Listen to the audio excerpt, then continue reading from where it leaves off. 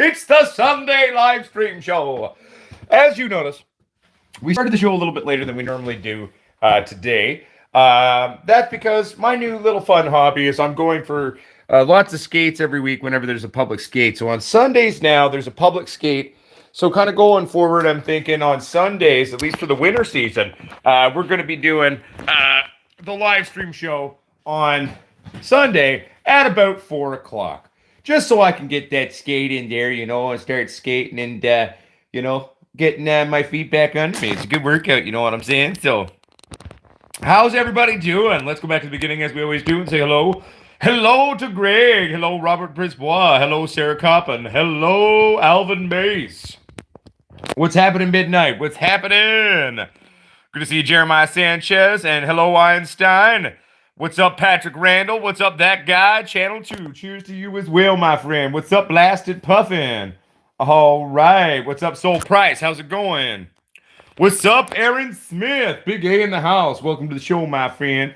All right. What's up, Thomas W? How you doing, man? What's good in the hood? What's happening, Red Claws? What's happening, Happy Guy? Where in Ontario are you from, Happy Guy? I was born in Burlington, grew up in London. What's up, Miss K's Garden? Good to see you. What's happening, Eddie Evans? Good to see you. What's up, Wookiee Supremacy? All right. I hope everyone's having a beautiful week so far. We're doing quite well here at Potsquatch Growers. Uncle Potsquatch is now on, let me think here. Roughly day 9 or 10 or so of my new healthy regime. So it's going really well. Going good in the hood. And, we've been skating, we've been working out, we've been training, we're eating a special meal plan, we're working out with Greg and getting in shape, healthy body, mind, and spirit, etc. All right, what's up, Glutton for Blood? All right. Oh, Waterloo, dude. I'm going to be in Waterloo, Kitchener-Waterloo area. Originally, I was supposed to be there, previously, but I couldn't go on that trip there. But I'm going to be going down to see some family eventually. Who knows? Maybe we can go meet up and grab a pint or something when I'm in town. What's up, Jimmy Jones? What's up, Texas Squatch? What's up, Eugene Dolan? What's happening? All right. Eddie Evans, good to see you. What's up, Grow Prodigy? I've stopped drinking for now, just while we're getting healthy. I mean, a big part of it is I wouldn't say the alcohol quitting is what it helps to kind of flush out the system. But I'm eating a lot healthier though, so I'm watching what I'm eating. I'm cleansing every morning. I'm doing a cleanse now. A little bit of lemon, a little bit of that, apple cider vinegar, a bit of that cayenne pepper and shit in there, a little bit of unpasteurized, raw, unfiltered honey. That shit, getting that in there. I'm just stopping drinking temporarily while we're getting the body kind of sorted out. And but I probably won't drink quite like I used to, especially given that we're training to kind of get back in fighting shape and to kind of do all of that. So, it is what it is, baby. All right. What's up, taking a voop? How you doing, my friend? What's happening, Wonky Donkey? Good to see you, my friend. All right. What's happening, Einstein? He looks sick. Thank you. You look sick too. Sick can be a good word too, All right. Nice. How's that housework going there for you, Red Class? That's good. I hope it's going well. All right. What's up, High Goals 420? Good to see you. All right. 1 second here. You're up late, Ganjanani, old mama. What time is it over there right now? It's got to be like, what, midnight? A little after midnight for you, Ganjanani, your mama? What's up, Roman Reckless? Excuse me. All right. Hey, you have a wonderful day, Texas Squatch. Thanks for popping in and saying hi quickly. Much love to you, buddy, and I hope you have a good one. Yeah, getting there, getting that svelte action on there, Roman Reckless. Getting that svelte action on, wait till we pump it up, watch out. But yeah, so one, really exciting news. You went to bed early and then got up for you. Oh my goodness. Ganjanani, you're such a sweetie. I love you. So the good news is, and it's 1 o'clock in Sweden, so you guys are about 9 hours ahead there then. Tomorrow we will be planting the sprouts, or at least the initial sprouts that have come up. So we did our soak. I have been shooting everything for that tiny little, midget video that we're going to release at the end of the run. Okay. Yeah, so tomorrow we'll be planting all the babies and the little sprouts there. We're going to get those going in solo cups, and plants will live again. We've had the soil on quarantine in my car. I haven't even pulled it out yet. We'll be pulling that out tomorrow. But we're going to be getting all those sprouts planted tomorrow. We're going to probably start them just in the lab over there. We'll drop one of the lights down and get a little card table set up, and we're going to start them on that. But yeah, we're going to be back up and running, and we're going to be showing all that action. Is it 7:05 here? No, Einstein. It's 4:05 here. 4:05. It would be 7:05 in Ontario. All right. But yeah, so we're going to be getting plants going back in action, and that's going to be great. Good to have some plants going again tomorrow. And that guy channel too. I'm going to tell you something right now, real secret. You never had to prove anything. You never had to prove anything. Don't even worry about it, buddy. Just move on and focus on what's important. Focus on you. Focus on your channel. Focus on your plants and your family. That's all that matters. What's up, Todd Reed down in London, Ontario? I grew up in Old South on Byron Avenue, 59 Byron Avenue. That's the house I grew up in there, just off of Wortley Village. But it's going to be good. And everybody, I hope you're getting excited. I hope you've marked the date. I'm pretty sure this is the fourth year we've done it, if I'm remembering correctly. It's the third or fourth year, but I'm pretty sure it's the fourth year. On Christmas Eve, we are going to be doing the 'Twas the Night Before Dankmas show. Okay, it started originally about 4 years ago, I think now, 3 or 4 years ago. And I'm pretty sure we did it the first Christmas we were at the last house. So this must be the fourth year we've done it. It'll be, we rewrote, 'Twas the Night Before Christmas to the 'Twas the Night Before Dankmas. This year, it's going to be the biggest, baddest show we've ever done. Mrs. Potsquatch is going to come on. She's got a bunch of Christmas parodies and other things that she's going to perform musically for everybody. We're going to have the reading of 'Twas the Night Before Dankmas. So it's never a huge show, but it'll probably be, about a half hour to 40 minutes. But it's going to be a good time on Christmas Eve. So tune in for that one for the fourth year. It's become a Christmas tradition here at Potsquatch Growers, the reading of 'Twas the Night Before Dankmas. So that's going to be a good one. We're going to be doing that on Christmas Eve here, everybody. What's up, Grimity? You're only 7 minutes and 40 seconds late now. It's all good, and there ain't no such thing as late. Better late than never, man. Tuning in whenever you can. It's perfect. You know what I'm saying?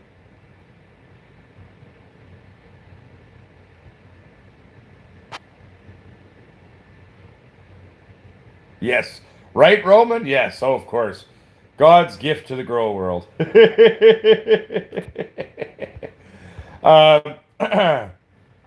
Glutton for blood, St. Thomas Aquinas. Yeah, so basically, though, dude, it's actually really great, Red Claws. Doing that cleanse in the morning every morning is great for the body. First couple days for me was a little rough. The kidneys, they were a bit mad. But it only took a couple of days, really, and then everything got good. So try out that cleanse. Healthy body and mind for you as a grower will literally directly affect your plants. We are electromagnetic beings. Our energy and our presence and our health, being healthy around our plants, brings out the best in our plants. That is a true testament from the Potsquatch on that one. But it'll be a good time. And yeah. So long story short, though, 'Twas the Night Before Dankmas this Christmas Eve. Check that out. It's going to be a great time. Next Thursday, I'm going to be on Cannabis Lifestyle Television again. They sent me an email the other day. So basically, I guess this Thursday they're doing kind of like a long 5-hour show. They're doing a 5-hour show to raise money for a children's charity. Off the top of my head, I cannot remember which one, but that's okay. So they've invited me to come on for a 45-minute spot, talking shop and being on the show. So mark that off in your books as well. Uncle Potsquatch is going to be making an appearance on Cannabis Lifestyle Television again. So we're going to be on that show, raising some money for the kids, and it's going to, good cause, and definitely the right time of the year to be doing that. So that'll be this Thursday, and check it out, my friend. Jeremiah Sanchez, it wasn't too bad, my friend. You know what I'm saying? I didn't go into shock. I didn't go into withdrawal. It was completely fine. But the hardest thing for me was just, eating healthy is kind of boring. I had to cut out most of what I normally eat day to day, which kind of sucked. But I can go back to that. Not quite eating the same habits, obviously, but like once I get to a certain point, I'll be able to eat whatever I want within moderation, right? So, um, and the thing with the drinking for me, well, the only hard part was the habit of it. I love cracking beers and drinking wine, and it was just sort of something that I do throughout the day. So that was breaking that habit was a bit tricky at first, but other than that, it's been totally fine. We'll get there, boys and girls. Season days, I tell you. But yeah, so tomorrow I'm really looking forward to planting those seeds, though. Um, Reverend Veritas, I'm doing well. Ken is this. I hope you're doing well, my friend. Much love, yo. Um, Reverend Veritas, you posted a question, I think, and I believe what you were posting was the fact that ProMix seems to have so many options. That's very true. ProMix has a plethora of products. These products' availability will change region to region, country to country, between Canada and the States. Um, the ProMix I like to use, the ProMix that I swear by, okay, is ProMix HP. That's my happy place. I've used their all-purpose non-organic. I've used their organic soils. I've used ProMix HP. There's one other one I tried. I almost want to say it's like a CH or a CP or something on it, but I can't remember. But my happy place is the ProMix HP. It's a great, wonderful base soil, and there's nothing harmful in that. I know that they list there on the label, oh, there's PGRs in there. They aren't what you would classically call a synthetic PGR, okay? They're classifying anything that's accentuating the plant's environment, okay, as a PGR. So, like even liquid kelp or this or that, they would classify that as a plant growth regulator. So there's nothing toxic in there, by the way, everybody. ProMix HP is a very commonly used soil by many of the best growers here in British Columbia, okay? BC Bud, baby, okay? So if it's good enough for us, it's good enough for you. And at the end of the day, so I hope that helps a bit in terms of the direction. But pretty much every product from ProMix that I've ever tried has been a really good product. So nothing to worry about there, my friend. Um, I'm trying to, Greg. I'm trying to. The body's changing, everybody. Like I mean, things are looking different. Tightening it up a bit. Things are slowly shifting. Yeah, just a little bit there, eh, Reverend Veritas? It's a little stupid. But hey, I mean, at the end of the day, it's just a testament more so to their ignorance rather than anything else. So, yeah, no. Yes, Jeremiah Sanchez, Gregory Allen Reed has become my health and wellness and generalized fitness and physique coach. Greg is a very gifted bodybuilder, fitness coach, yogi, energy healer. He knows all sorts of things, and he can help. If he can help an old aging bald white guy like my ass, he can help you too. You know what I'm saying? So, long story short, I mean, living a better life, and I mean, the one thing I'll share is also too with making these shifts, my energy levels are way better. Everybody, my energy levels are better. I am looking forward to getting to a point where I can start drinking again. I genuinely miss drinking. I drink because I like drinking, not because I feel the need to. I just like to do it. I'm looking forward to getting back into a place where I can have a few drinks, but it gets you back on track though too, and balances everything, right? Think about our grows. Think about the way we approach our grows. Everything has a balance. And we work so hard to take care of our plants and give them a proper diet, a proper environment, a proper anything and everything we can to the best of our knowledge as growers. Well, simply put, we got to do the same shit for ourselves too. And it'll help you at the end of the day too. And simple things, just simple things like changing diet, doing a bit of a cleanse, making sure your water intake's up, watching how much alcohol you're consuming on a regular basis. It's a good thing to do. It's not a bad idea, right? So, hell yeah. Am I going to join the 5 a.m. club? If that means waking my ass up going to the gym at 5, probably not. And if I wake up at 5, I mean, I'd probably work out at home. But yeah. No, man. No, it's been good. Um, can't stress enough, though. Taking care of yourself is a worthwhile thing. And as this New Year's approaches, and classically many of us will always go, well, gotta Gonna make these New Year's Eve resolutions about getting healthy and fit and taking care of myself, which 98% of us never fucking do. It's not a bad thing to try. Give it a chance. There's something to be said for it. There's definitely something to be said for it. Hell yeah. Jeremiah Sanchez, you should see the way Greg looks like on a day-to-day basis. Motherfucker's jacked as shit. If that's what almost 60 looks like, I mean, there's got to be something to this, everybody. I'm going to shift over to the chair over here. I'm also going to turn the air filter on down here just in case I choose to have a bit of a cigar there. I'm just going to switch the stage lights to this direction, and we'll sit there at the desk, everybody. Just bear with me here. There we go. There we go. I might even just use the one stage light so that I can unplug this and I'll plug in the air filter here. Bear with me, everybody. 2 seconds. There we go. And we're going to put on the air filter. There we go. All right.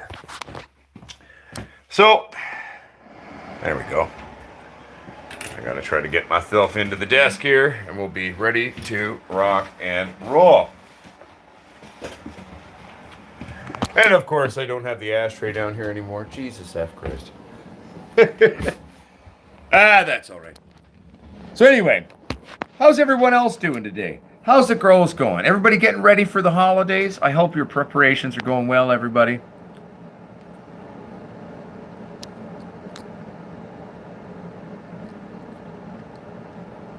All right, so Eric Grant's Artistry. Great question. Eric has asked everybody, what do I recommend for a split in the plant stock? I guess before I give you an answer of what to do, how bad is the split? Where is the split? Is it at the top? So here's your main branch coming up. Is it like you got sort of the main top nut here where all your branches are coming off and then it's split there? If it's split there, all you got to do, come through, bind it back together. Right tight, right when that split happens, okay? So it's best to act right away when these splits happen. You bind it right where the split is at the top. You could take a rolling paper and use that as a patch band-aid. That's a fun little technique. I've even super glued plants back together because I was curious to see if it would work. Moral of the story is, it does work. It just takes a little bit longer for that glue to set than you'd think. But I've actually done that before as well. I figured, hey, if it works for me cutting my hand open, maybe it'll work on this. What's up, CSLRC Law, and how you doing, my friend? All right. Hey, thank you very much, Eddie Evans. It's coming together, man. I'm looking forward to getting back to being able to have a few drinks, though. I missed that. But other than that, I'm feeling great. Well, exactly. You know, if you're going to treat your plants so well, Greg, you should take care of yourself, too. Einstein. Okay, so what, do you mean for me personally when I grow, or are you talking about in general? In terms of bud density, Einstein, there's a number of variables that affect generalized bud density, okay? First place to start in terms of bud density is going to be your genetics, okay? So classically, indicas or indica dom genetics are always going to be tighter and more dense, okay? Secondly, making sure we have enough available light, making sure we have a proper diet and nutrition to our plants. There's a few little tricks we can do, like that final pluck that I often advocate for in that last week, with that last final push and doing a big final pluck. That in and of itself is going to cause your buds to tighten up. Classically, hot grow environments, as opposed to cooler grow environments, lead to fluffier nugs. So that's where the technique of me dropping my plants' temperatures at night, okay, is a big thing too, okay? Dropping those temperatures at night are going to help those buds to also tighten up. Running elevated CO2 in our environment, that's going to help those buds to tighten up as well. You can use microagitation. Microagitation is mostly going to cause your plant to trike out, but it will lead to a bit of a tightening as well in terms of your buds. And again, though, going back to genetics plays such a huge role, and strain selection plays such a huge role in your base place to start. Enough light, watching our temperatures, manipulating our temperatures a bit. You know what I'm saying?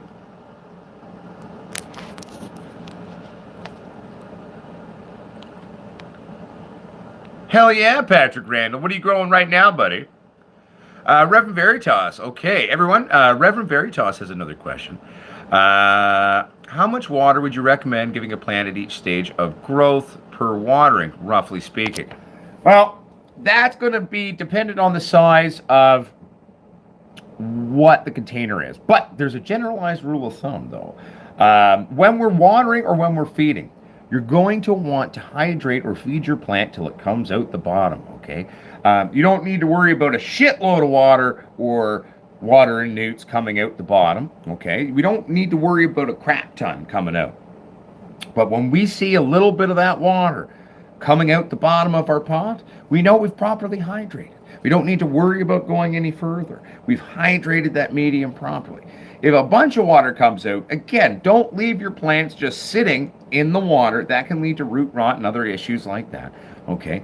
But that's also where having proper drainage in the bottom of our pots plays a quintessential role, okay, in terms of the health of our root ball. So, I mean, if it's a little bit of water, don't worry about it. If it's and you've got rocks in the bottom, don't worry about it, okay? If it's a bunch of water, well, you know, maybe grab the shop back there and suck that out there. You could totally use plumber's tape. I prefer to use rolling papers as more of a paper mache Band-Aid. I use organic, non-bleached hemp rolling papers. They seem to work the best for me when I'm doing that technique. I've always felt a little weird about things like Teflon or Scotch tape or anything that's got all these weird chemicals that up wrapping it around, the plant. All right. So then, Blasted Puffin. I have not read that book, but yeah.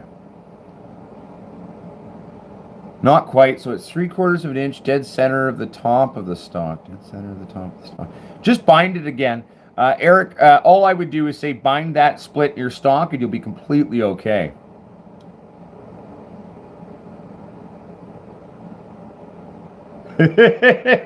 Nice one, Jeremiah.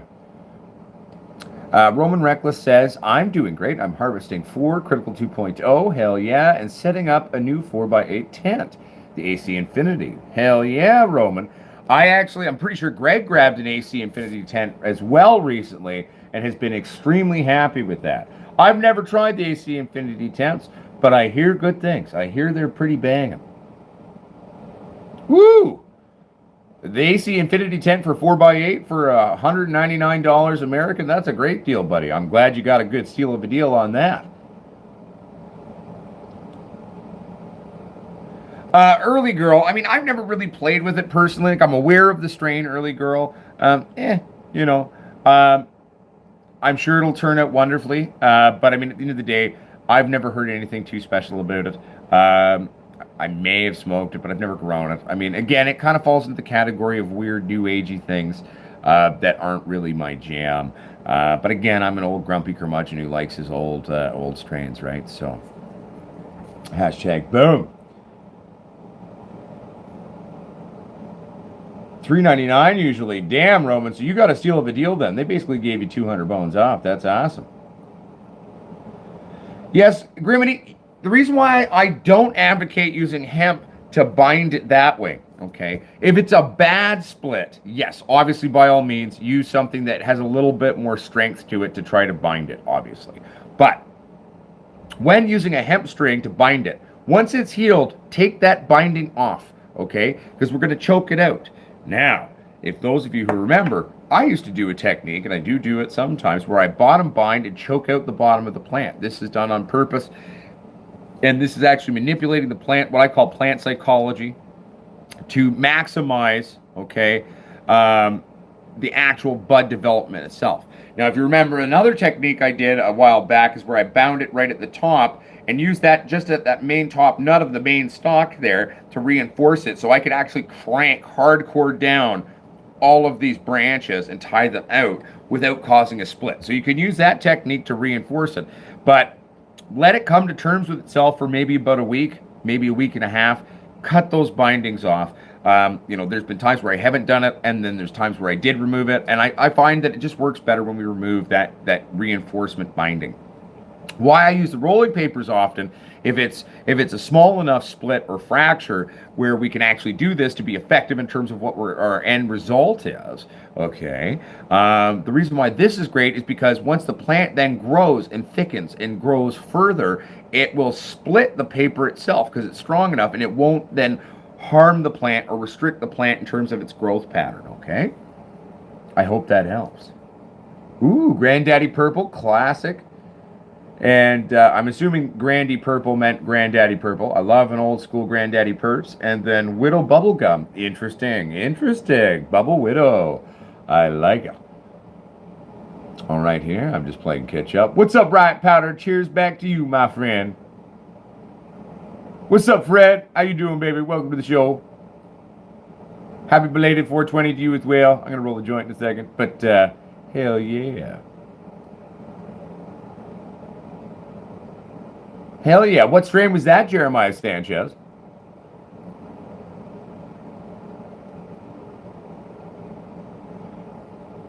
Well, any muscle TNT. I don't grow auto flowers, okay?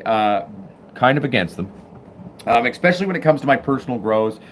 This year, in the new year, you will see us grow a couple of autos just for fun on the channel because let's be fair, people have been asking for me to grow a couple of autos for years. Not an auto guy, don't like autos, not into autos.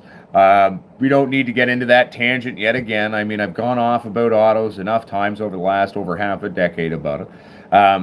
But in terms of autoflowers, the autoflowers that I'm going to be growing, they're not coming from an advertised breeder or a company, okay? Most breeders are complete fucking idiots. Most companies out there are complete malarkey now. Sadly, sad but true. And the problem with a lot of people who, advertise autos, right? Like they'll be selling autos. Hell, half your beans aren't going to autoflower because they didn't properly stabilize anything because they're a fucking moron, okay? And then you order some photos from somebody who then cross it with Ruderals, and then you get all this crap that starts autoflowering on you. That's just improper breeding practices and motherfuckers not paying attention. And that's just the nature of the industry now. There's a reason why we're starting a genetics brand eventually when we can afford to do it. There's a reason why we're getting a farm going, and we're going to be doing the lifelong journey of making some stable shit, reliable shit, and affordable shit for everybody. The autos that we're going to be running, though, we're going to be running some auto flowers from Mikey, or aka Texas Squatch, who was here at the beginning of the show and then left. So we're going to be running some of those. Aussie Big Buds from way back when sent us some auto beans at one point. So I'm going to probably pop some of those. And I think we're going to pop a couple of autos as well that were Ben Rugies. Bear with me here. Just making sure I haven't missed any messages.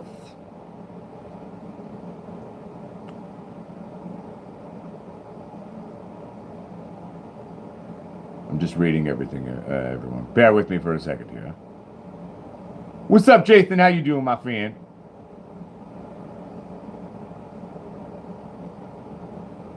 What's up, Frosty Buds?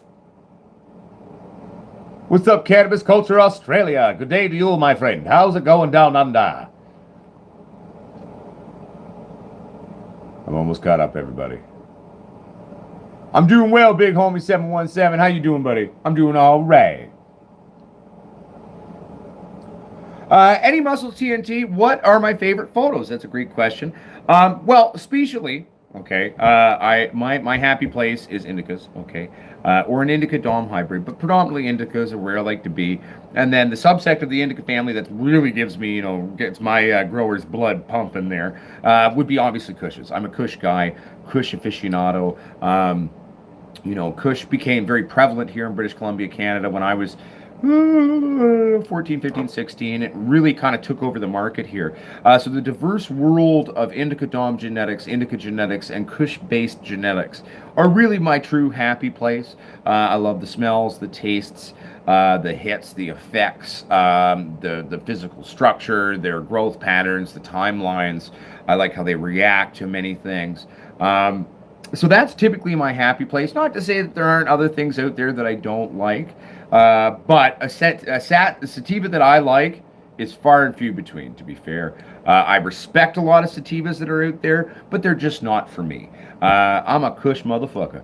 In terms of indica genetics are indica genetics that have been favorites of mine over the years that aren't necessarily a Kush, bubblegum. There's a great example there. I love a good bubblegum indica, blueberry indica.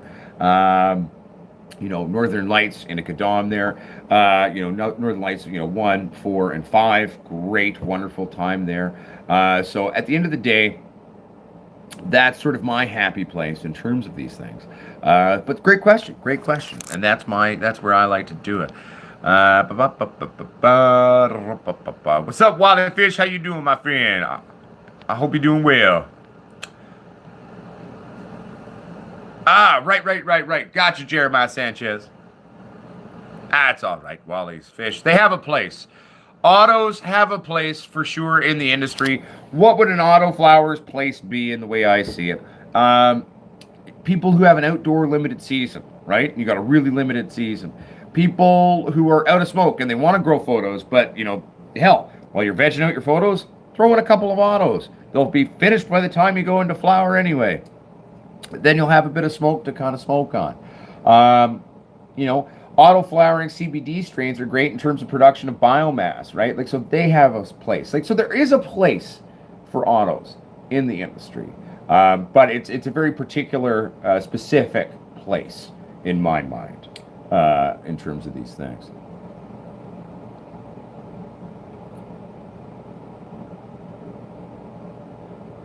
Hell yeah, Naughty Nikki B. Love the name, by the way. Weed nerd for life here too, you know what I'm saying? Love the weed titties, express the weed titties, learn the weed titties, love the weed titties. Weed titty nerd for life. I feel you. 100% Naughty Nikki B. I agree.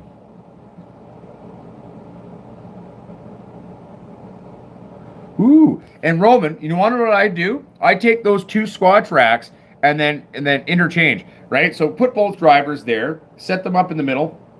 So have it going 301H X3, 301H X3, and then you'll have a nice balance of that mix there of those Calvin colors in your tent. I mean, that's just what I would do anyway. I mean, that's just my humble 2 cents on that.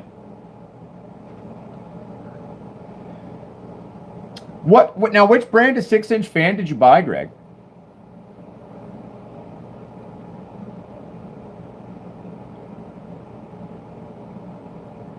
Yes, Blasted Puffin. I mean, there are seed producers out there that are charging billions of dollars.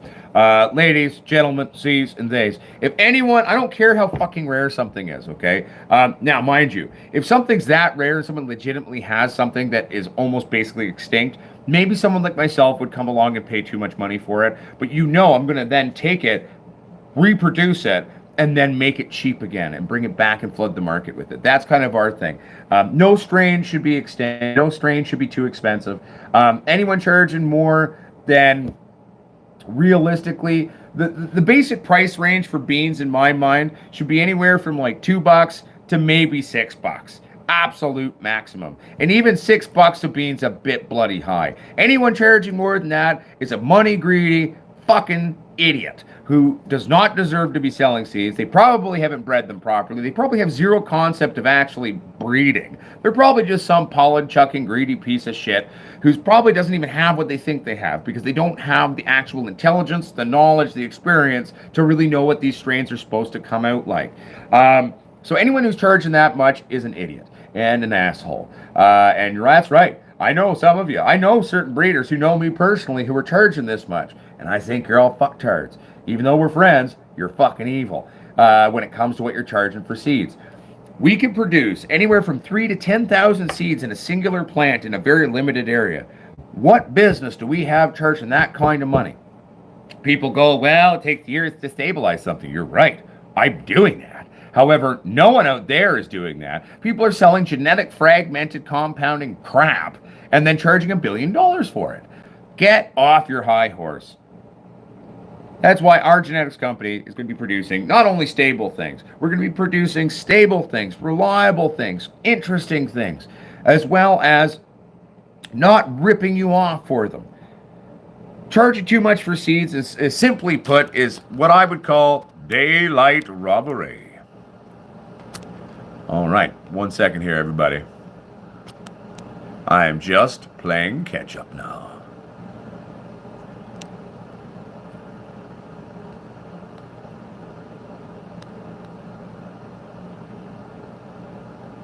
I'm almost caught up, everybody.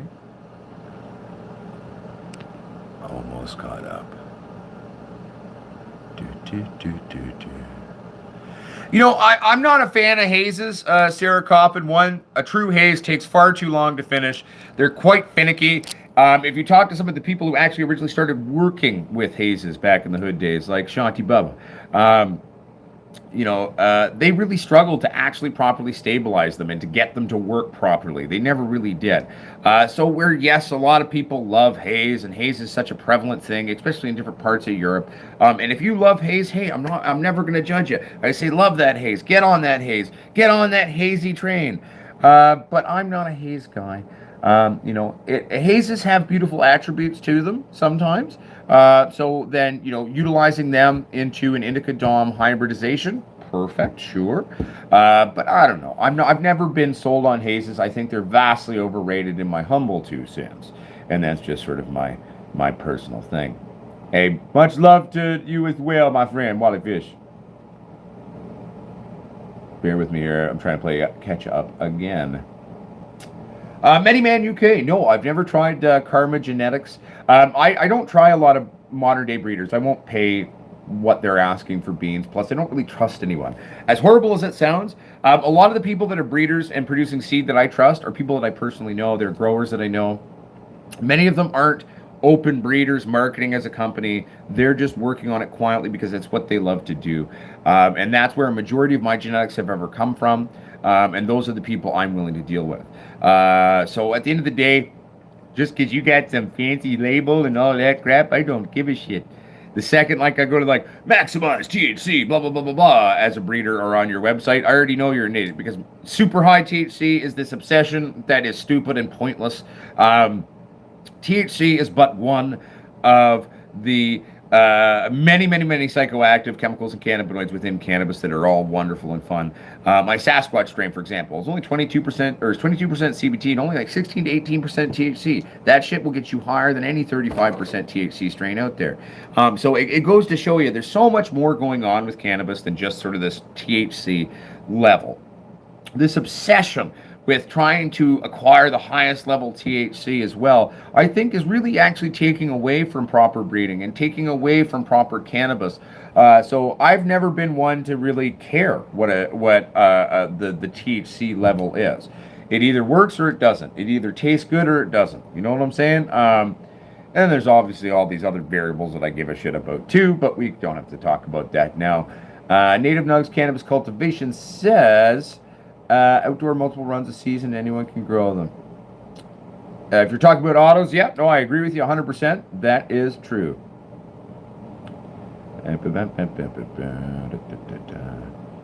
Yeah, there's a lot of people who say they're auto breeders. Just because you grabbed a lowrider number 1 or a lowrider number 2 or another bastardized work of the original joint doctor's work, and then you crossed it with something without properly stabilizing it, just doesn't make you an auto breeder. Almost nobody in the entire world is properly breeding. There are some, very few of them, and that is just a sad reality of our industry right now. But at the same time, I hate fucking autos anyway.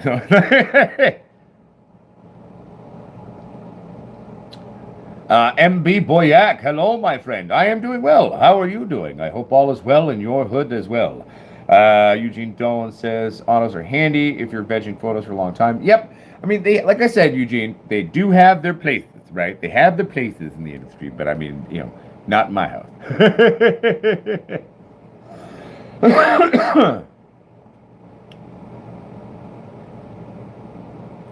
Yeah, see, no offense, guys, and I'm not trying to be just contradictory for the sake of being contradictory.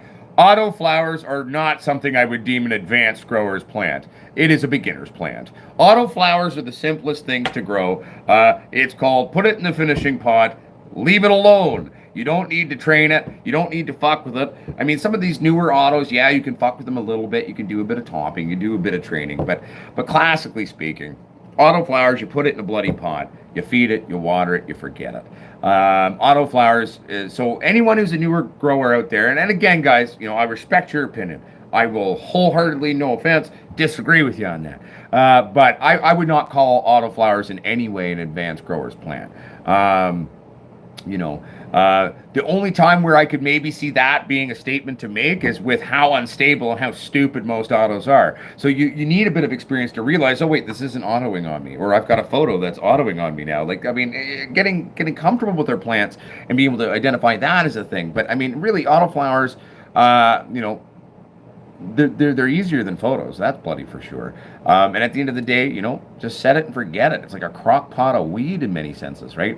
But I know there's a lot of people playing with autos now and doing experiments of topping and trading in them, and it's like, hey, have fun. I mean, there are ones out there that you can get away with doing that. But at best, in terms of an auto for myself, is literally maybe the odd selective defoliation. That's all I would ever do with it, and I just leave it the hell alone. Because we have such a limited time window. Remember, you have no control on an auto. Okay, an auto is going to flower when it's ready to. That's why we start autos in their finishing pots. We don't do like a solo cup to a 1 gallon to a 5 gallon. That's a no-no. We're going to start them in their finishing pot and then basically leave them alone. They require very little maintenance and just standard feed, standard water. Run them at 18.6. Hell, run them at 24 if they're a true auto if you want. I still think you're going to get a stronger product at the end by letting them have at least a few hours of breathability and let them rest a little bit, okay? It's very important for the basic cellular respiration of the plant. But, yeah. Bear with me here. I am now reading. How far bloody behind am I? Manyman UK, I mean, at the end of the day, if you want to mix LED and HPS, you could totally mix LED and HPS. Totally a feasible, workable thing. I don't think it's required anymore. Back in the day, we mixed LEDs with HPSs because LED technology wasn't there. It wasn't a full-out replacement yet. It is now. If anything, LED properly utilized outperforms HPS now. The only thing about LED is they're a little bit more expensive to get going initially. But you got to remember, though, think long game in terms of generalized operating cost. An LED light is every single time cheaper to run than HPS. Why? One, less power consumption. Realistically, on LED tech, we're only saving about 32% of the power consumption that we would normally produce directly with an HPS. But, boom, secondaries, right? We're running less AC, less exhausting. With the less heat that's being produced by these LEDs, there's less chores, less watering, less all of these things. So we're reducing our time cost, we're reducing our general production cost and secondary variables of electricity requirements, okay? And the reason why we mixed it before was because you wanted that push power of that HPS to get your weight. You don't need to mix HPS in anymore, okay? If you can only get a couple of LED rigs, you still got a couple of HPSs, and you want to produce that weight, fucking totally fine. Go for it. The intermix just fine. But in the long run, I'm a strong advocate of going 100% LED in this day and age. The technology's there. It is tried, tested, and true. It is proven. Our lighting brand will go toe-to-toe with any HPS setup any damn day of the week. I've grown both ways. I've grown with pretty much every lighting system in terms of basic tech out there, okay?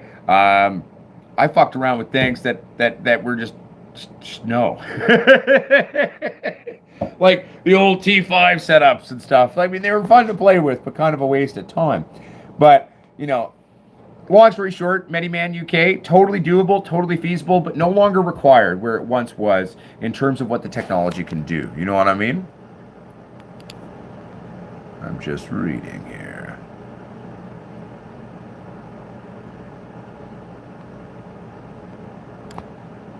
I'm just reading. Bear with me, everybody.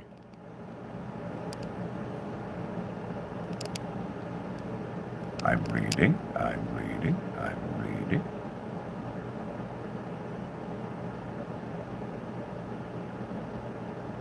Hell yeah, Wally Fish. I respect that.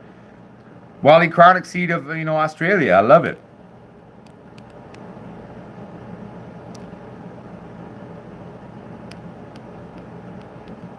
I mean, Eric Grant's artistry, that's sad, but at least you had a 50% germ rate. 50% germ rate is kind of a bare minimum in my mind. It's not great. I'm not going to be happy about it, but at least I'm not going to be totally ticked. Recently, more and more people have been reporting to me that they're ordering seeds off these seed banks and these breeders and this or that, and everybody's shit's not popping these days, which leads me to think that one, couple of things are happening. One, there's a lot of old stock out there that's being then flipped out. Two, it's all been improperly stored, thus negating its viability. No, that's actually about it. Improperly stored, fucking old, never stored properly, therefore no longer viable, and then they're consciously selling these things that they know barely work to people for their hard-earned money. That is just a crap. Ugh. Not going to swear too much in this, but you feel me, right? Like, damn.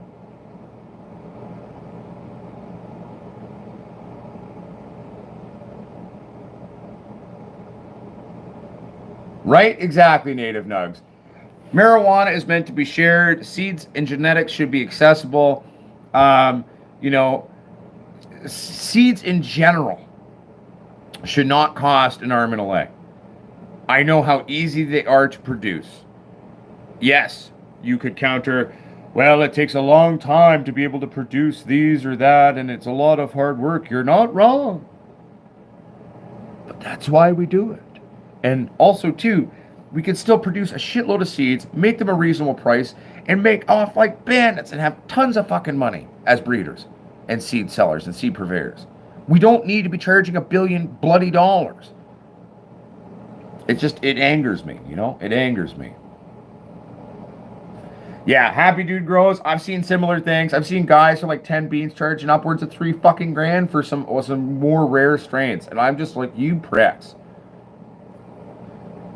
Metaphorically, y'all deserve to be shot. Metaphorically. Oh yeah, no, Sarah, totally. Like, hazes do have great flavors, 100%. 100% great flavors. I'm not negating that. They're just not my cup of tea for me, personally. Very nice. Cannabis Culture Australia. Shoot me some pictures. I'd love to check it out. I would like to take a look at those as well, just to see some pictures even. Right? Exactly, Reverend Veritas. Like, the world is a very different place than just sort of this obsession of trying to find the highest THC we can find. It's just a waste of time, in my humble 2 cents.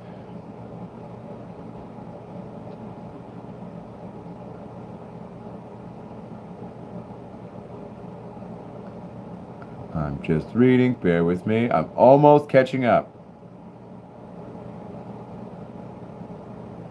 Ganchinani or Mama, you could totally use the same basic nutrients in terms of a foliar feed, but remember when doing a foliar feed, one, don't do it during flower. Foliar feeding is only for vegetation on a photo, okay? And for a foliar feed, it's so effective at absorbing it that you don't go anywhere near the mixture ratio that we're going to be doing when we're watering and feeding our plants. We're going to cut that by like 4, right? So use like 1/4, if not even less, for a foliar feed. And a foliar feed should never be used as a primary, but you can use it as an extra little oomph, you know, an extra little get it there at certain times during your vegetation times. You know what I'm saying? So that's totally fine, 100%. 100% Native Nugs. I wholeheartedly feel the same way, my friend.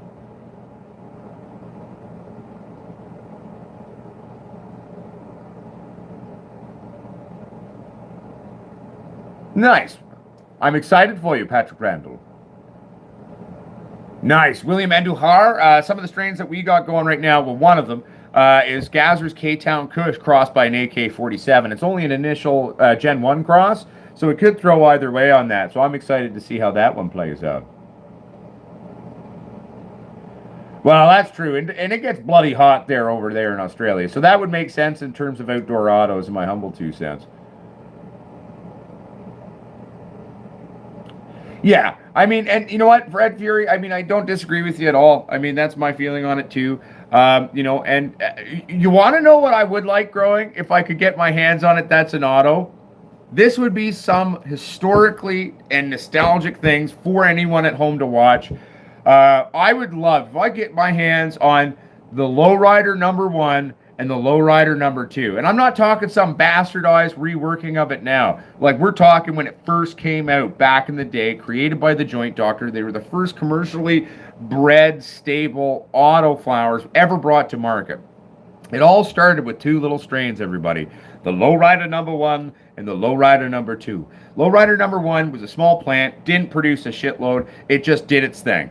Lowrider number 2 was a reworking of lowrider number 1, in which they were able to get it slightly bigger, slightly more potent, and slightly better production. But let's be fair, it wasn't a huge difference on it either. But, like, I would love, just for nostalgia's sake and for historical sake in general, I think that would be a hell of a lot of fun to grow a lowrider number 1, a lowrider number 2 from the Joint Doctor himself. That would be cool. That would get my grower's blood pumping and excited. Just because at the end of the day, I just think that would be nifty as all hell. I think it would be nifty as all bloody hell. One second here, everybody. I just grab some little solo cups that I can actually use as an ashtray here. I'm just going to have a little cigar. Ah. Okay, here.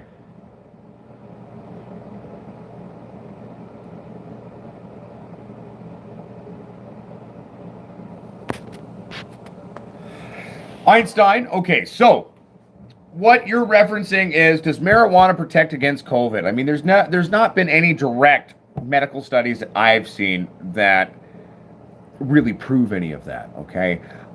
What, in my understanding of things, of what's been kind of where this idea that marijuana can protect us from COVID, I mean, we haven't proven that, by the way, was back in SARS 2, back in the day of SARS, okay? Who here remembers when SARS was a thing? Remember SARS? SARS was a thing. There was some basic rudimentary study done both on tobacco consumption and marijuana consumption. And it had more to do, to my understanding of it, that it was actually the mucus that was developed in terms of our bronchioles from the fact of we're just inhaling smoke that was providing a barrier to prevent the SARS actual virus from getting in that way. There was some rudimentary basic shit back in the SARS days that was done on that. Nothing definitive ever came out. And then that held on. I mean, COVID-19 is just another extension of the family of SARS. SARS is a coronavirus as well. So that's where I think these rumors or these thoughts that it protected from COVID, there's been no studies on that. Would I say that is it implausible that it's true? Fuck no, it totally could be a bloody thing. I could totally see that being a thing. But can I tell you definitively? No, and no one can. Anyone who says that to you is an idiot and actually spreading misinformation, okay? But what I think a lot of these rumors or these ideas that it did do that came from the SARS days with some basic rudimentary studies that were done in terms of both cannabis consumption and tobacco consumption. And it was actually showing that smokers, and it actually had more to do with tobacco, by the way, everybody, not marijuana, were less likely to contract it. And it was all that they were noticing. And it started with actually a statistical analysis. That was where the first thing done. And then they did some rudimentary basic shit. No one really carried through with it or checked it out. So yeah. I know that might be disappointing, Einstein, but I'm not going to lie to you. I'm going to be honest with you, right?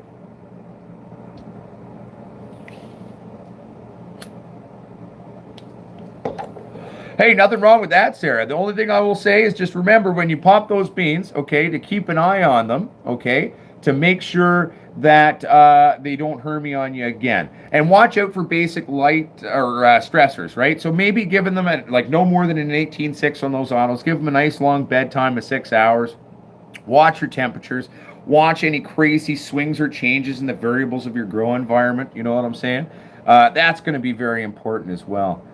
But yeah. Eric Grant's artistry, I'm going to let you in on a little secret. Photos are better in every single way.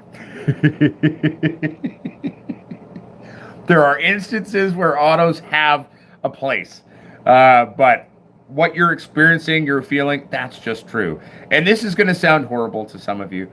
But In BC, if you grow autos, you're not a real grower. You're not considered a real grower. You have no real control. There's no real room for artistry or decision making in terms of how you're growing it that much. Like, obviously, there's a little bit. But, like, in BC, you wouldn't show up, like, back in the days of medical dispensaries, right? Like, you wouldn't show up with an auto flowering strain. You don't sell autos. You don't produce auto medicine for market. It's a novelty. It's a consumer level thing to do at home. I mean, so, and if you are someone who exclusively grows autos, there's nothing wrong with being passionate about growing autos, everyone, okay?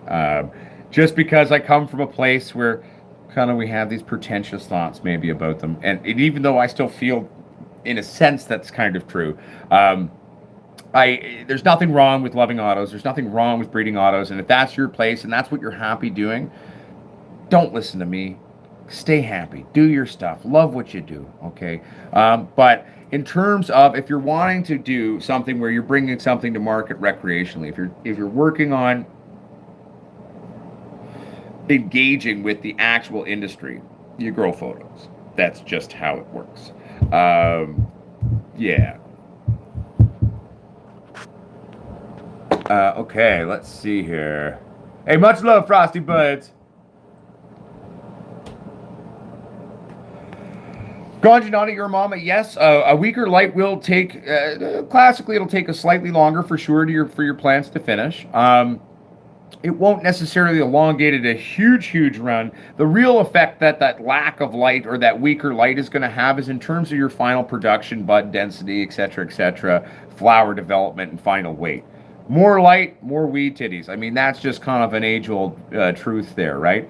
So it will be slightly longer to finish, that's for sure. But it won't be like this huge drastic difference either. The main thing where it's going to affect is your finished weight.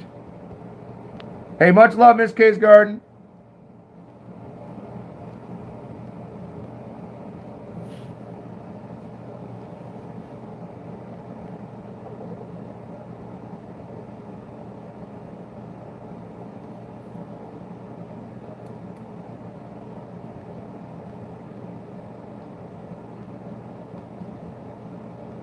One second here, everybody. I'm just trying to quickly catch up. What's up, Cam D? How you doing, buddy? I'm really behind everybody, so I'm just really trying hard to catch up quickly here. How far behind am I? Bloody hell.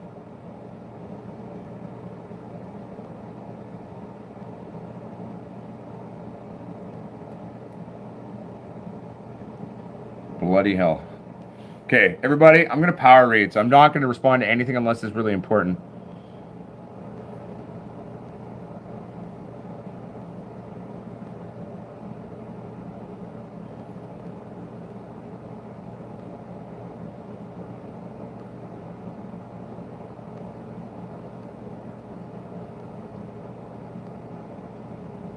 Don't worry, Jeremiah, I'm bringing Skunk back. Yes, the one, let me read the filter here.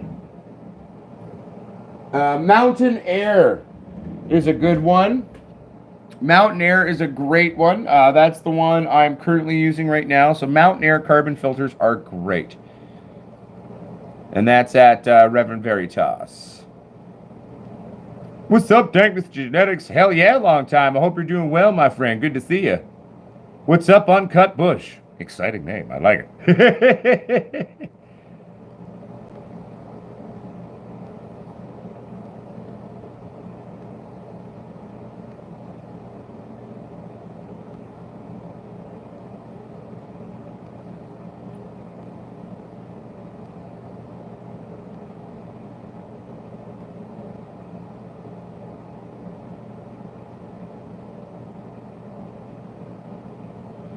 Don't worry, Eric Grant's artistry. All these things will be coming back.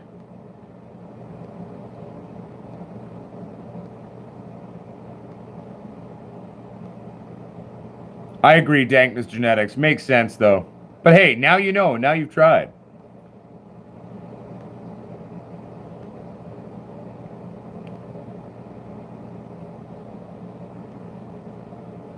Almost caught up, I think, everybody.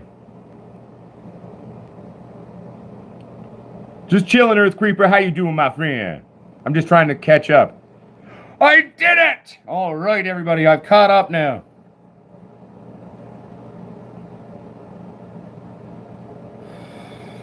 Well, salty pothead, at the end of the day, in terms of hashish and decarbing it, okay, part of why you probably ran in is 250 is a bit high. I run it on a slightly lower temperature, so I decarb at about 220 degrees Fahrenheit is a safe bet.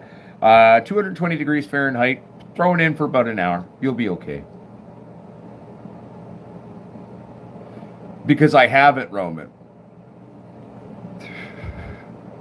I managed to finally get my hand on an original pack from many moons ago. Because I have it.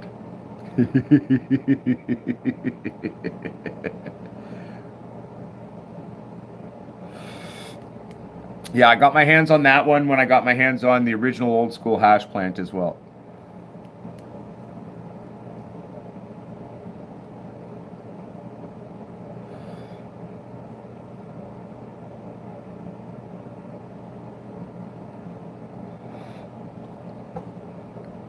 Put this out like that.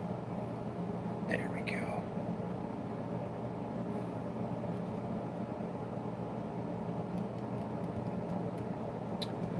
How long is too long? I mean, too long is just you're going to burn the shit eventually. Like, even at lower temps, you're eventually going to burn something. I wouldn't go too long. Salty pothead, I would say the thing to remember is when we go too hot is what to think of. Because then cannabinoids are actually starting to break down and evaporate and denature, and everything's just going to pot. No pun intended. So I'm trying to remember exactly at what temperature cannabinoids start to evaporate and break down. Oh, this number's in my head. I'm trying to remember it now. 220 is safe, by the way. 250 is approaching danger zone. I can't remember off the top of my head. I've got a feeling it's like 260, 270, 280, somewhere in there. But it might even be in the 250 range. Let's just say, put it this way. Anything from 255 or up is danger zone. Don't do it. A nice 220 Fahrenheit is the perfect temperature to decarb at. Never go above that, and you are good.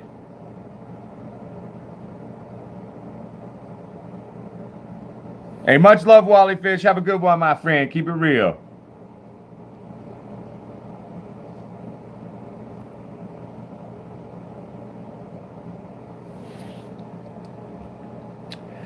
But yes, so anyway. What should we talk about now, everybody?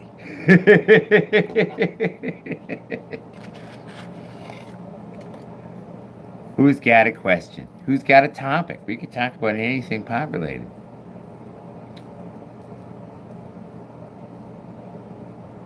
I'm gonna roll a joint, I think, too.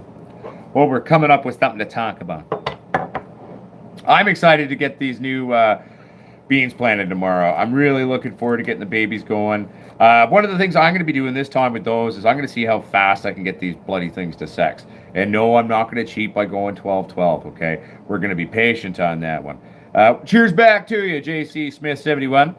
But, you know, that's going to be one of the things. I'm going to see how fast I'm going to, and there's not really anything I can technically do. It's going to be a luck of the draw thing. But you know, I'll talk to them. I'm going to encourage them to sex themselves as early as possible. What's up, No One? How you doing, my friend? Welcome to being off work. But I'm hoping we can get all these things to sex. We're going to be starting them.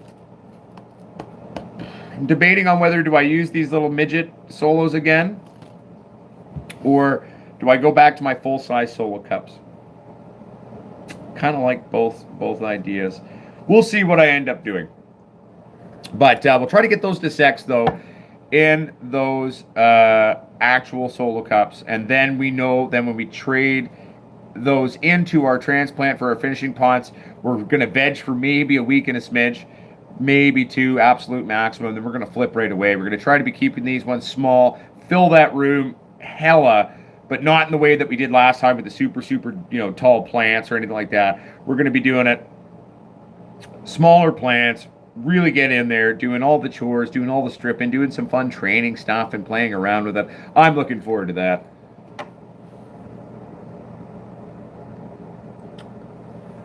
Salty pothead. I'm gonna have to. Can someone convert 65 degrees Fahrenheit into Celsius for me? I'm not great at the conversion in my head anyway. I normally just ask Google. 65 isn't too bad because what's 65 degrees Fahrenheit in Celsius? Anyone got that handy in their head? Sorry, we're metric here in Canada, so a little bit trickier. No, it isn't. I just wish I could. What's up, Timmer? Can someone quickly find that out for me, if you don't mind? I'd appreciate it. Hell yeah! No, that sounds like a perfect way to go, Roman Reckless. Rock them in those threes. Hell yeah, buddy. Yeah. Okay. Perfect. Thanks, Fred. So yeah, 20-something is totally fine. I drop my temps at night in my flowering room to anywhere from between 12 degrees Celsius and 16 degrees Celsius, and then much lower later on in life, near the end.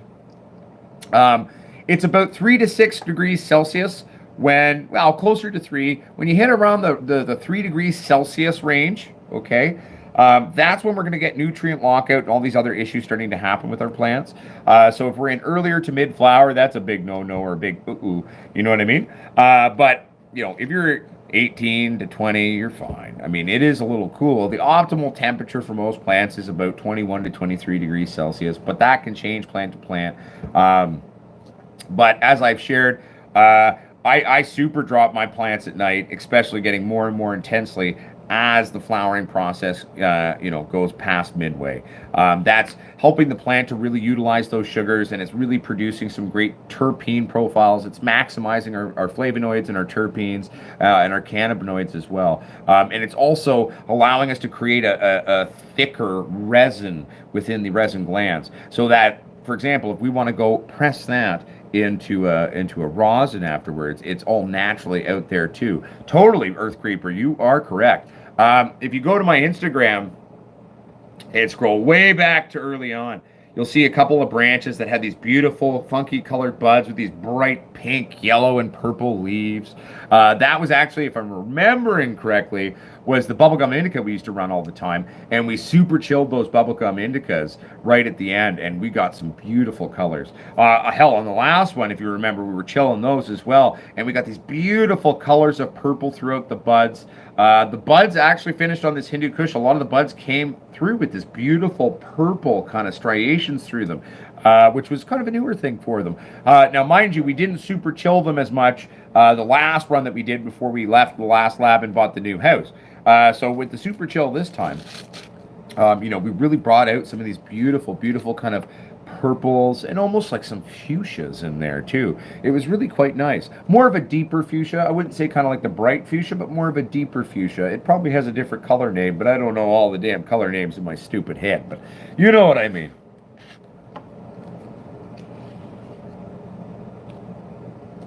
Just a little doobie.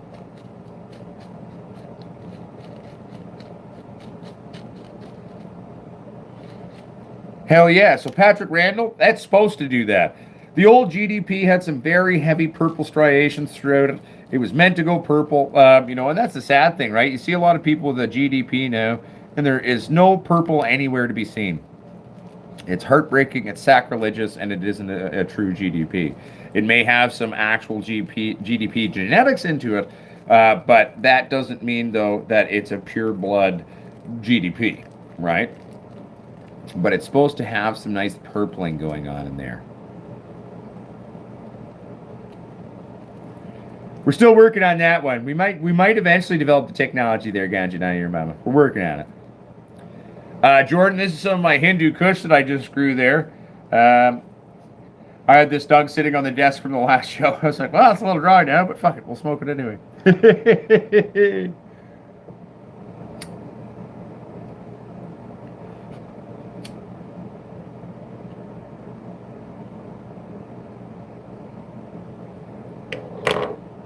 Hey, thank you very much, Eddie Evans, man. I really appreciate the support. We definitely do here. It really does genuinely help us keep the lights on here at Potsquatch Growers. This is all we do for work now, is being the Potsquatch now. It's been a rough couple of years. We haven't had the swag store open because we couldn't find payment portals to work with us. We've got the new website being built. We're going to have the swag store back up and running. The new CBD lines all launching in the next few weeks. Right now, I'm just waiting for the website to be finished from our computer tech. It's looking amazing, by the way. Like when I debut this new website and you see it, it is both being designed to be very user-friendly on a computer as well as your cell phone. It is going to be a world-class, beautiful website. You're going to be impressed. And it has nothing to do with me. It has everything to do with our wonderful computer techs who are doing this for us now. And it's also going to be extremely secure, like arguably one of the most secure websites on the internet. So that's going to be really great too. I'm really excited about that, given some people have a real hard-on for us here at Potsquatch Growers. But we'll have all that back open, and that'll also help things too, to move things along in terms of just sort of keeping the lights on here. But every little bit helps, and for years I really resisted ever letting people do that. So anyway, long story short, thank you very much, Eddie, and to all of you over the last year who have contributed. For all of you who have your memberships and all that, I humbly, from the bottom of my heart, say thank you very much, because it really has helped a lot, trying to keep everything going here. You know what I'm saying?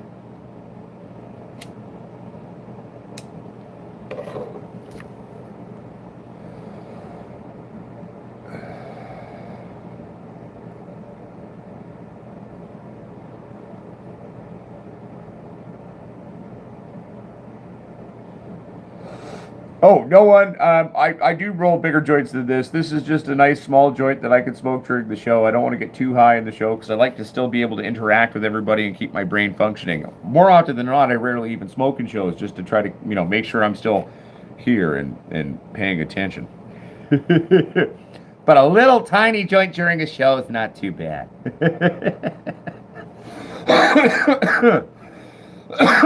Plus, this Hindu Kush is pretty strong. Ooh.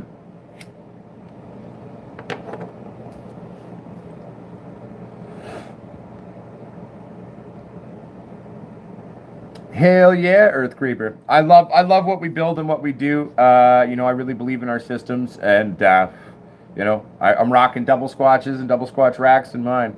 I've got them mixed. Yeah. The end of the show last week was bad, or not last week, whatever last show. I get it must have been was it Wednesday or Thursday or whenever we did the last one. Last 10 minutes, I fucking just started smoking and shit. We got fucking ripped by the end of it. It was bad.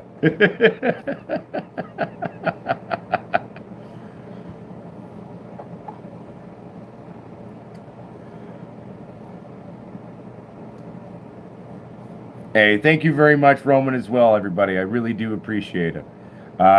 Big shout out to both of you guys. Thank you so much. Yes, we do have the thingy where you can do the thingy of that thingy. You know what I'm saying, people. Well, happy dude grows. I mean, I don't know, eh? And maybe one of these days you got to pop by the Potsquatch laboratory there. We'll see if we can get you high on flower, okay?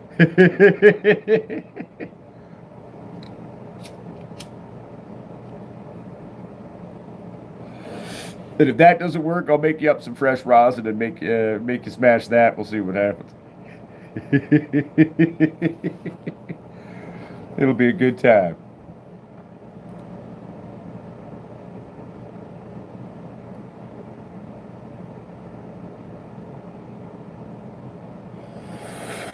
Whew, I fucked that one up. But there's a lot of air movement from the air filter that's going behind the desk here, so I did what I could. But yes, to respond to you, I do roll bigger joints. I just don't like getting super high in the shows.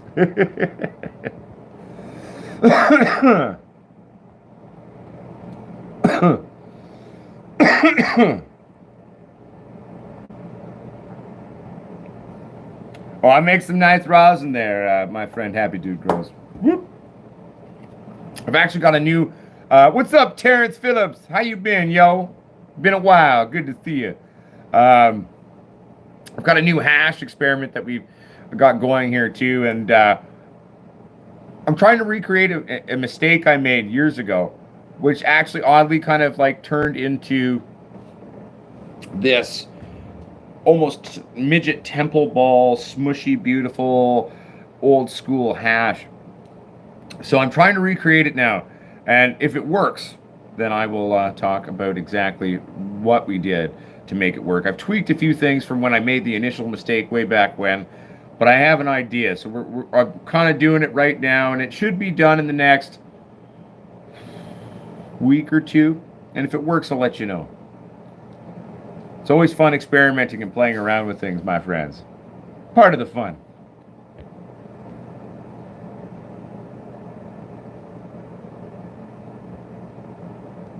Oh, William Andujar. I mean, hell yeah. I mean, I live on the West Coast in British Columbia. I live out in Hope now, but even if you're in Van City, I could travel in. Totally, totally doable. I'm an easygoing prick. So, totally a thing that's available, William, if you're in the hood. Just let me know.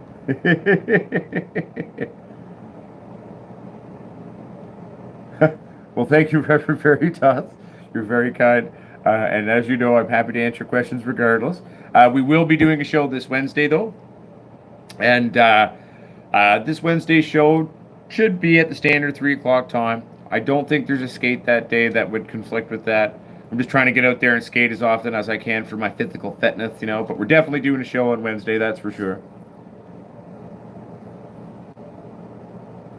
Hell yeah, Roman Reckless. That sounds hella sexy. Oh, totally, William. Yeah. No, I'm always happy to meet peeps, you know what I'm saying? I'm always happy to meet peeps.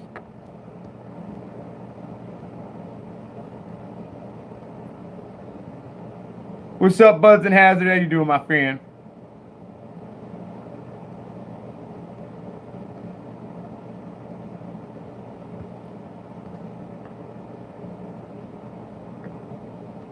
Are you talking to me, Red, or are you talking to someone else?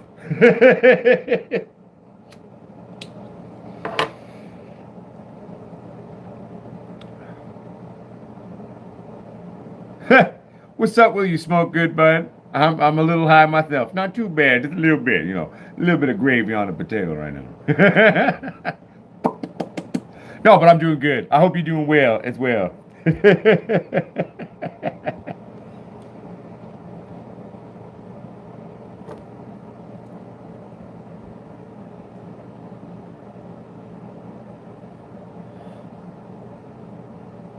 Yeah, but you see, Roman, I've done that too. I've done that, and it works, but it's never quite exactly what I remember. It's not quite right, you know. And I'm always on this mission to recreate different hashes that I've had around the world, and I remember, you know, having the chance to smoke. And there's so many different subtle variations to these all these different types of old hash that I tried years ago, especially when I was like living in Europe and moving around Europe, getting to see a lot of different types of hashes as well. And like that was really kind of some of the best times for me was over there. Different imports coming in through different parts of the world, and so I'm always trying to recreate things I remember. I get close. I've yet to get exactly to where I remember, but this one mistake that I'm trying to recreate, this could at least achieve one of them in terms of my memory, but we'll see. Everyone will have to wait, just including myself, to see if it works. I will happily do that, gotcha, out of your mama, 100%.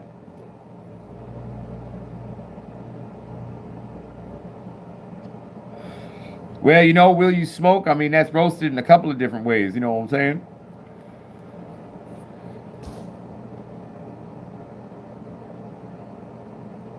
I'm always happy to help in any way I can, my friend William. Yeah, but like Writer's Creek were like a proper one though. You know what I mean? Like that proper black Afghani that was always great, or some like beautiful, like dark on the outside, blonde on the inside. Different versions of that from like one for like the Moroccan one was always nice and like kind of Moroccan gold. It was less dark though. Oh, I don't know. I'm trying to remember all the different places that these things. I just remember kind of what the hash was like now. I don't even remember necessarily which all the countries felt like. I just remember how the hash was, and I'm just trying to recreate it.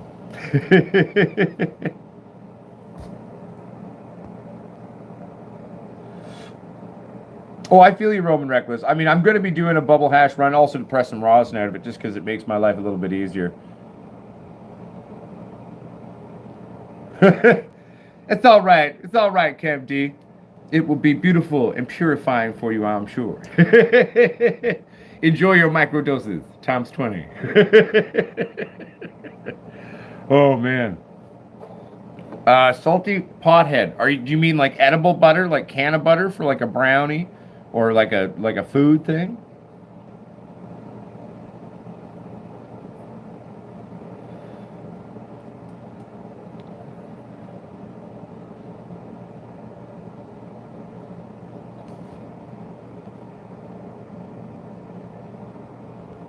Oh no, I feel you, Roman Reckless.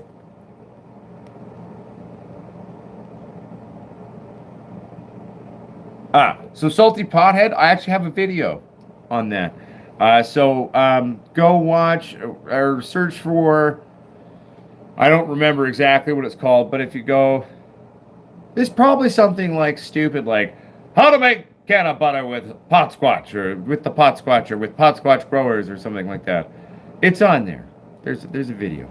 I made it. There's some good jokes in there too. I found it pretty amusing. But there's a video for that. I made a video about that. But yes, there is a video you can watch for that one.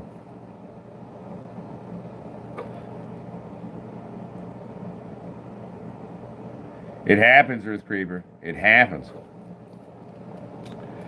But yeah, so salty pothead though, that's how I like to do it. I mean, you can always do if you're cooking it in water. I hate doing that. You do it in a crock pot, or you could do it in one of those silly magic butter machines. I mean, for me personally, I mean, it's not rocket science. It's pretty simple if you just pay attention to it. You just need a pot. So check out the video. I mean, it's how I do it. Pretty straightforward, pretty simple. Works every time. Makes a beautiful space cake brownie.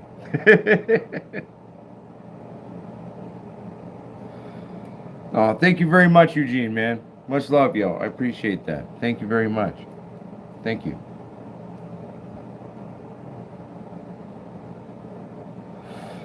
I'm excited for the new plants. Are you? Who here is excited for the new plants? I am. Looking forward to bloody planting those silly little sprouts tomorrow. Also, too, remember everyone, coming up on New Year's Eve, too, we're doing 'Twas the Night Before Dankmas show. You know what I'm saying? 'Twas the Night Before Dankmas. As we do every year. And it'll be a good show. Mrs. Potsquatch is going to do a musical performance. It's going to be great. And, I'm at least going to read the story. And we'll see what else happens in the show. I'm contemplating it now. What will happen in 'Twas the Night Before Dankmas? But it's always fun every year. I'm pretty sure this is the 4th year we've done it. So, first time doing 'Twas the Night Before Dankmas in this house. Be good though. It'll be good. I'm warning you now that some of the Christmas parodies are rather naughty of Mrs. Potsquatch, so prepare yourself for that.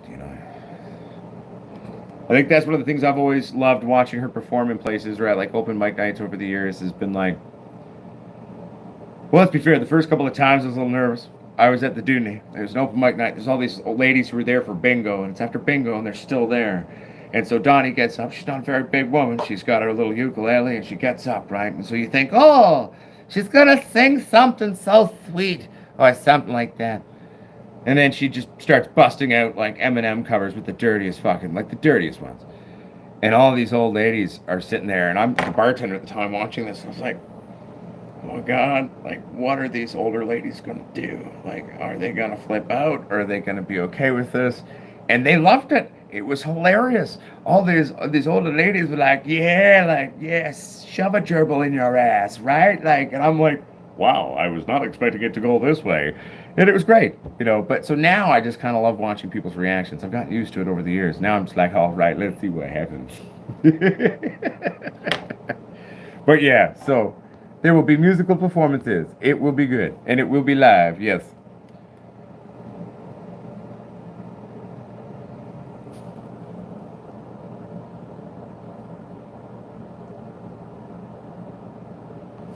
I mean, Red Claws, you know me. I love my Green Planet.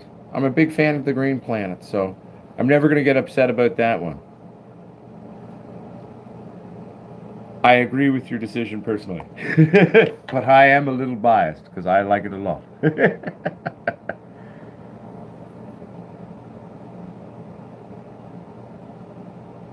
MB Boyack, what?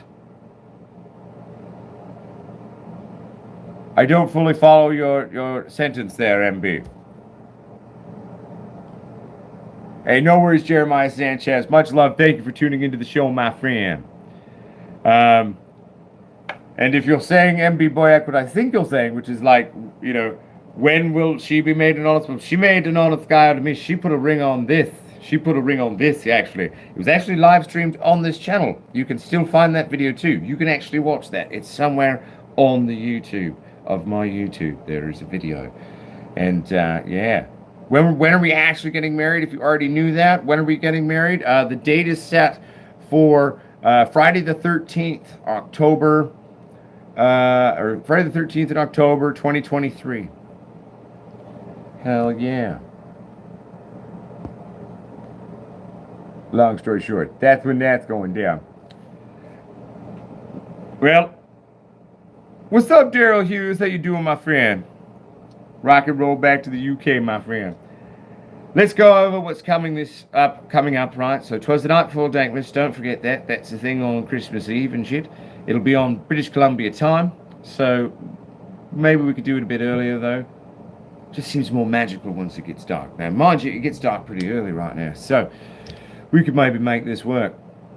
But we'll try to make it at the best time period for as many people to watch it as they can. Some of you might be in a part of the world where you're watching it on Christmas morning. And if that's happening, I'm sorry. Just go back to the night before with us. Smoke a joint. It'll be magical, and we'll go do it, and it'll be perfect. Yeah, no, well, thank you, Eddie Evans, for checking them out. There's a lot of them, right? Like, there's a lot of random things I've put on the internet over the years. All somewhat usually related, but pot, etc., Potsquatch Growers. But yeah, no, it's crazy. Some people have watched all of them chronologically. And I'm just like, wow, like, why would you put yourself through that? Watching my ass like that? Oh my God, it sounds horrible. But, you know, it's very humbling and intense. Some people know my videos better than I fucking do. It's pretty crazy. I'm like, well, you've watched some shit, man. Like, wow. I don't even remember that video.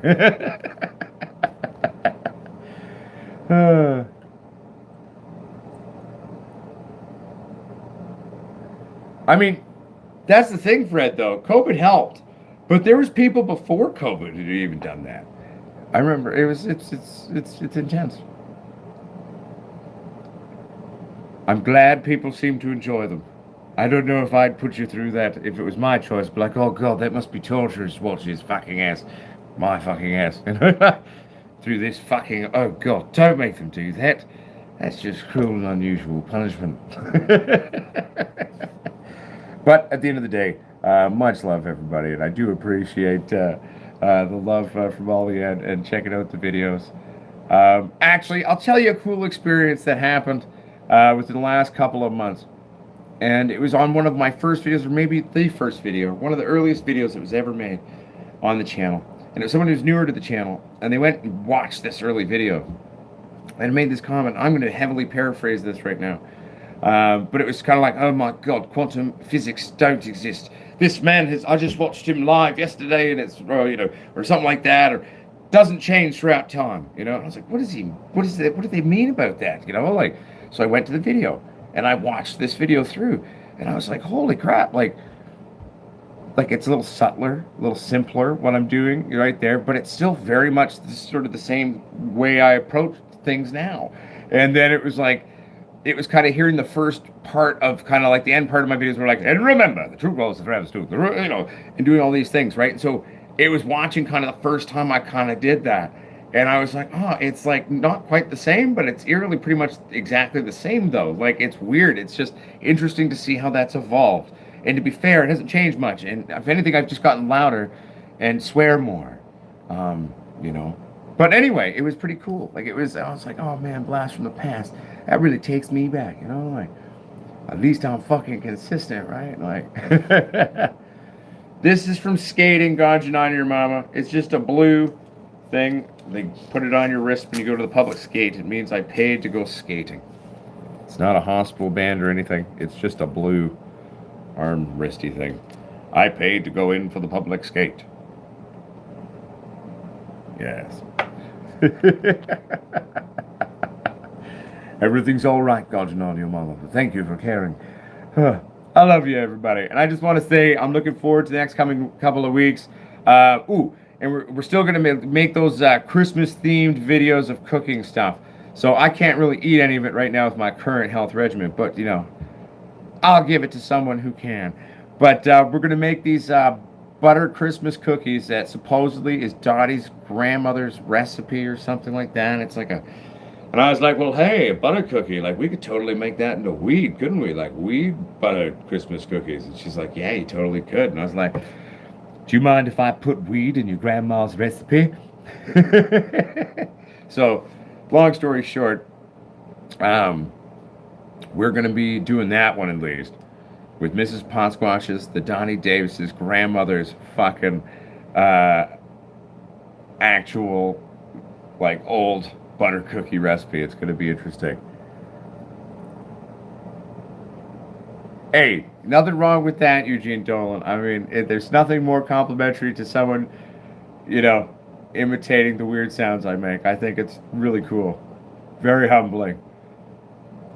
What people must think of you when you do it. I mean, oh my God. The looks I get alone. Oh. Oh, no, I know, William. I totally agree with you. But I'm just on a very strict thing. And like, I don't know. I really, even on a cheat day, cannot justify eating like an entire plate of butter cookies. I'd probably be really fucking high too if I did that too. I'll share the Christmas chair. I'll have one maybe. I'll have one and then I'll drink 2 smoothies and it'll try to balance it out. Maybe I should eat a bunch of green shit. Fuck all that sugar. All right, so the butter cookie, and then you eat some green vegetables. I'll have the asparagus ready to go right afterwards. Then some spinach, some kale. We'll balance it out. Greg's sitting at home. If he's still watching, he's like, oh, dear God. Oh, no. Damn it, Potsquatch, no. This is how you break your meal plan and you start gaining weight again, Potsquatch. It's not, you can't do that. Oh, man. Anyway, everybody, it's been a good show. I got a mob. I got stuff to do. But it's been a great show, and I love each and every one of you. Thank you for tuning in. It's been a great Sunday show. For those of you in Canada who are watching, happy Grey Cup Day. As you can tell, I watched. No, I didn't. I went skating. Much love to everybody. We'll be back on Wednesday. Don't worry. You know, we'll be back on Wednesday. Hell, even though there's not really much to show in planting some sprouts in a video, maybe we should make a video where I'm just like, how to plant sprouts. And it's like, all right, super redundant, simple thing. Doesn't matter. We're going to have fun with it.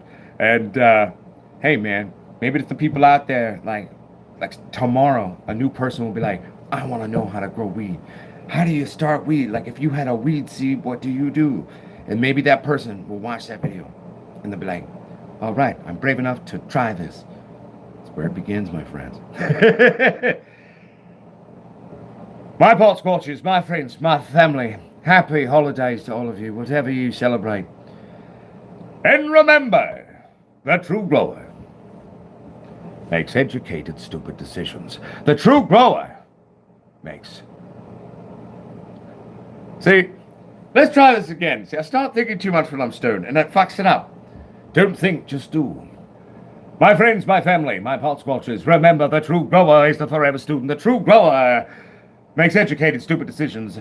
The true grower is not afraid to take risks. Why? Because this is how we learn. This is how we expand. This is how we get more at one with our own comfort levels of true hands-on education and implementation of making plants grow. Do not be afraid to try something new. And in the end, my friends, you might get fucking high and have some fun. Love yourselves, my friends. Love those around you.